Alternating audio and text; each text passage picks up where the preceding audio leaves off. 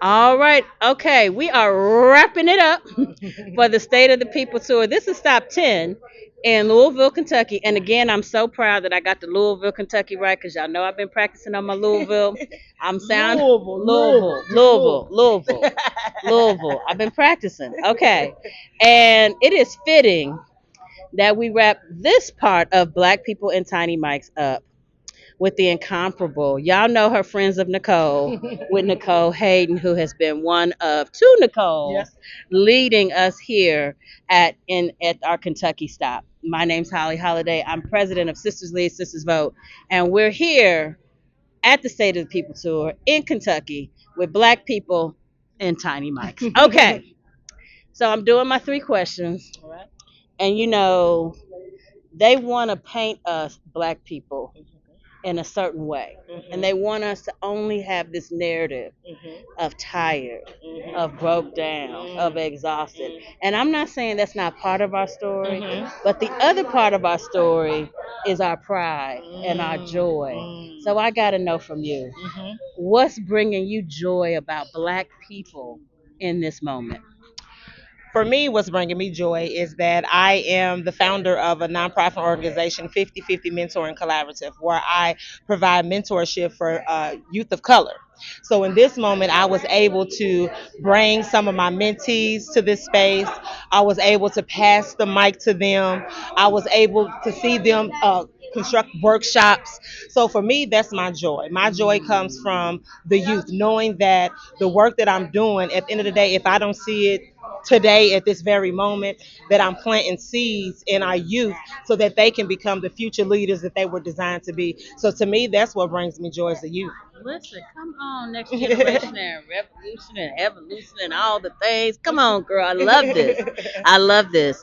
All right. So you're a leader in this community and frankly in this world.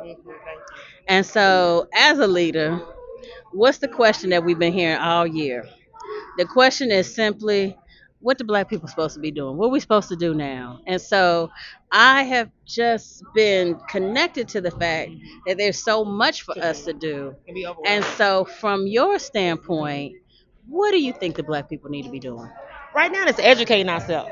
Like at the end of the day, we can mobilize, we can get together. When we get together, we can complain, but sometimes we can be trauma bonded. Everybody got every little bit of trauma, but at the end of the day, we got to educate ourselves. What do something outside of the norm that research some information that you didn't know. If you didn't know what your senator does in your state, figure out what the senator does. If you don't know what Metro Council does, figure out what Metro Council does so that you can be an advocate in that space. So right now, and then also rest.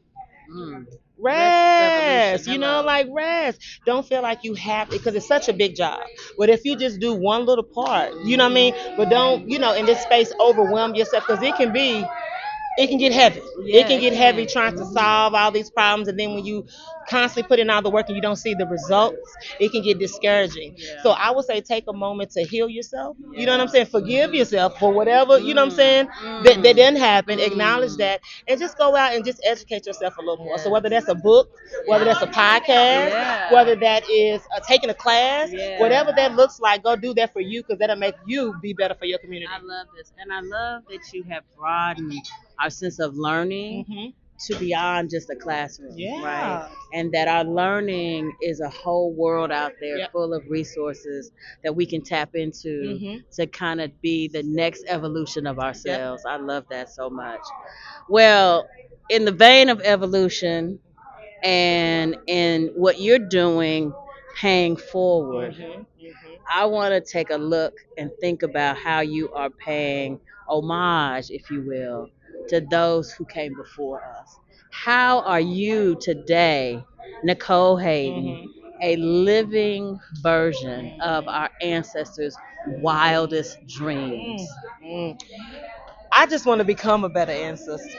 I want to become a better ancestor. So I tap into my ancestors, even in this work. I be like, Mm. even I'd say back in 2020, me and a couple of friends, movement friends, we'd be like, okay, what you doing? They used to call me Harriet. I would call her, you know what I'm saying, all the different activist names, and she'll call like, what we doing today, Harriet? I'd be like, oh my God. So again, acknowledging them, but also just thinking about, even the space that we in. Ida B. Wells, like this is all this is, you know what I'm saying, was here. She created these things in this space in Simmons College.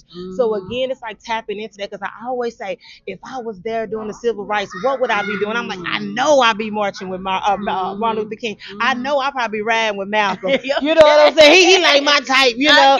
But again, it's like, what would I be in that moment? So it's like sometimes when I pray to God, I'll be like, tap me in. You know what I mean? When it gets heavy, when it feels like the attacks are just coming and coming, you like, I can't fight with my people to try to save my people. You know what I mean? It ain't a space for that. So sometimes it's like being the bigger person, sometimes it's hard. You know what I'm saying? Or even just like trying to show people like we can work through these different things. I have to tap in, because I know during the civil rights movement, it was a lot of this. Girl. You know what I mean? It was, and I go to my elders, and that was here today. Some of these elders that came to this workshop and a part of the tour in these past years, that they were a part of the civil rights. So I go to my elders and I say, what y'all do when it was conflict? You know, how did y'all handle that? How did you make it over? How did you make it? How did you hold people accountable? You know what I'm saying? As a community, how do we hold somebody accountable if they just was wrong? You know what I mean? And how do we forgive them as a community? You know what I mean? Those are the simple things that we can do to make this better, or even our city, ourselves better. So again, my ancestors have always just been a part of this journey, because I don't think if I didn't get that vision of what they did, so that I can imagine where I could have done when they was there, that's the push for me. Because I'm like, they didn't do it for nothing. We got to keep it going. So if that's Harriet, if that's Rosa, if that's Angela Davis, whoever these people are that already put in this hard work, like I said, I'm invested into the youth so they can continue the very thing that I started. I love it. And I love the people like yourself who kind of learn from the past, embody it, and then push it forward. I love that. Well, listen, we've been here. We black people. We at Simmons College at HBCU in Kentucky. Yes, there's black people in Kentucky. Come on now. Why I say that? Because I'm from Missouri, and y'all think it ain't no black people there either. But let me tell you, black people didn't just fly over the Midwest and the South and the middle. We right on up and through. And certainly Nicole is here making a difference, and we thank you. Thank you. And this is us. We signing off today. We done did it. See you next time. See you next time.